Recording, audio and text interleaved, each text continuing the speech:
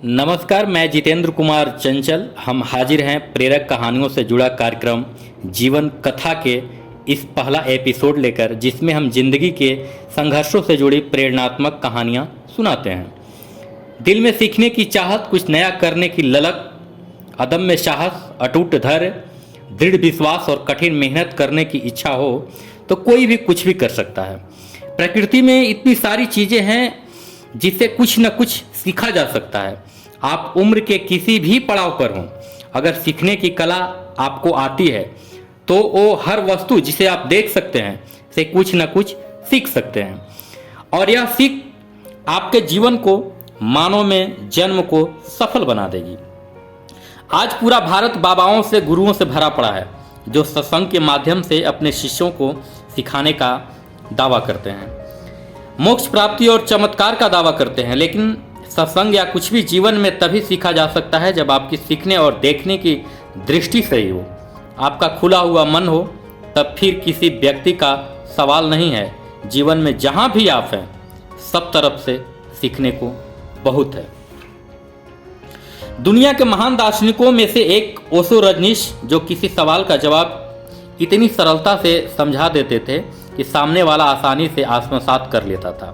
इनका जवाब देने की अद्भुत कला जो कोई न कोई कहानी से प्रारंभ होती थी।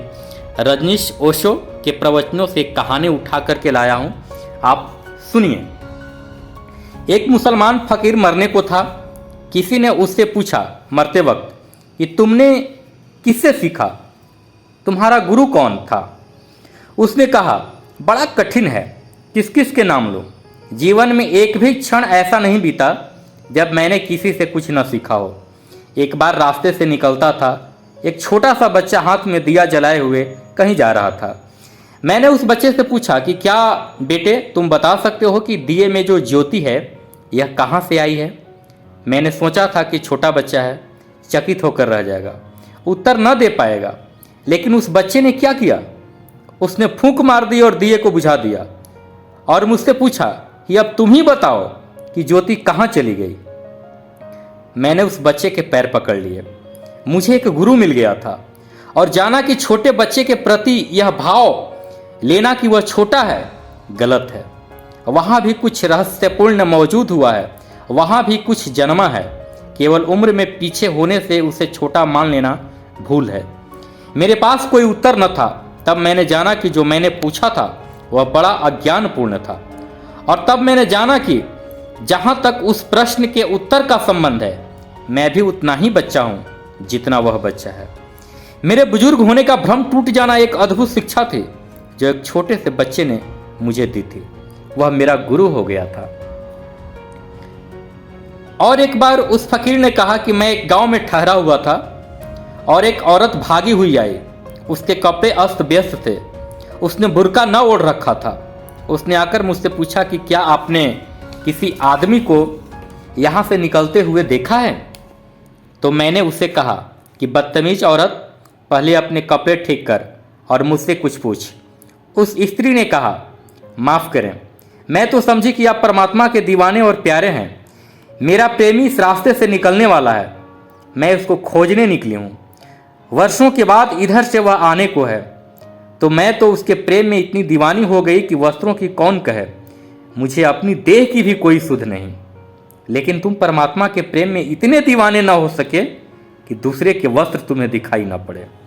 उस फकीर ने कहा, मैंने उसके पैर पकड़ लिए और मैंने कहा, तेरा प्रेम मुझसे ज़्यादा गहरा है और मैं सोचता था कि मैं परमात्मा का प्रेमी हूँ, तूने बता दिया कि नहीं हूँ।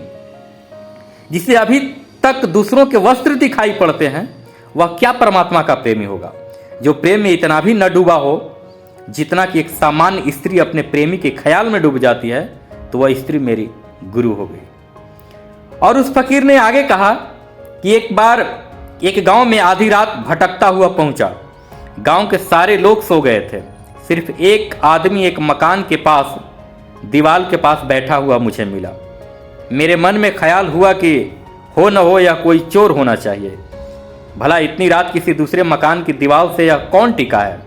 मेरे मन में यही ख्याल उठा कि कोई चोर होना चाहिए। लेकिन उस आदमी ने मुझे पूछा, राहगीर भटक गए हो क्या? चलो कृपा करो मेरे घर में ठहर जाओ अब तो रात गहरी हो गई और सरायों के दरवाजे भी बंद हो चुके हैं। वह मुझे अपने घर ले गया और मुझे सुलाकर उसने कहा कि मैं जाऊं, रात्रि में मेरा व्यवसाय चलता है। तो मैंने पूछा, क्या है तुम्हारा व्यवसाय? उसने कहा कि परमात्मा के एक फकीर से झूठ न बोल सकूंगा, मैं एक गरीब चोर हूं। वह चोर चला गया और उस फकीर ने कहा कि मैं बहुत हैरान हो गया, इतनी सच्चाई तो मैं भी न बोल सकता था।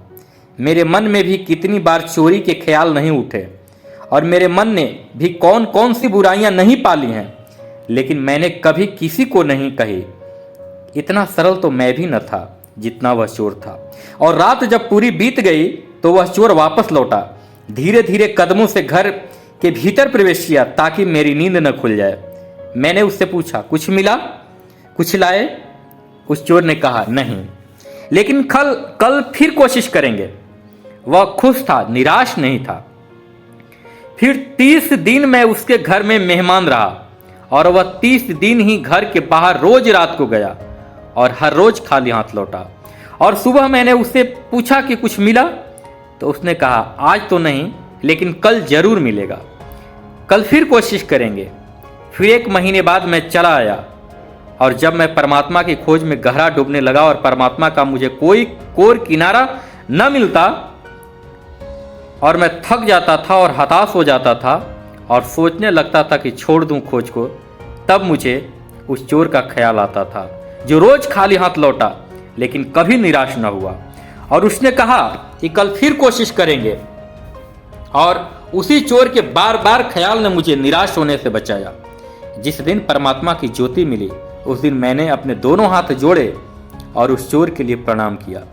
अगर वह उस रात मुझे न मिला होता तो शायद मैं कभी का निराश हो गया होता। ऐसे उस फकीर ने बहुत सी बातें कही जिससे उसने सीखा था। जिंदगी चारों तरफ बहुत बड़ी शिक्षा है, जिंदगी चारों तरफ बहुत बड़ा सत्य है। जिंदगी चारों तरफ रोज रोज खड़ी है द्वार पर, हमारी आंखें बंद है और हम पूछते हैं सत्संग करने कहाँ जाएं, और हम पूछते हैं किसके चरण पकड़े, किसको गुरु बनाएं। और जिंदगी चारों तरफ खड़ी है सब कुछ लुटा देने को, सब खोल देने को, और उसके प्रति हमारी आंखें बंद है और हृदय बंद है। तो मैं नहीं कहता कि सत्संग करने कहीं जाएं, वैसा हृदय बनाएं अपना कि 24 घंटे सत्संग हो जाए।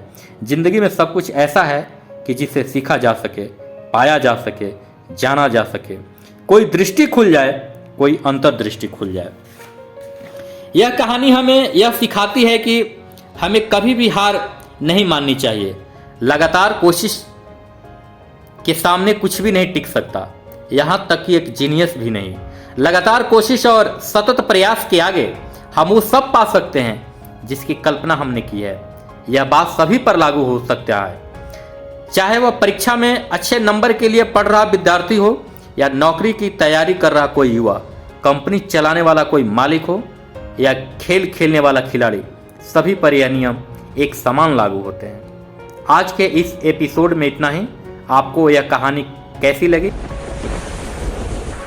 आप मुझे कमेंट्स के जरिए बता सकते हैं। जय हिंद।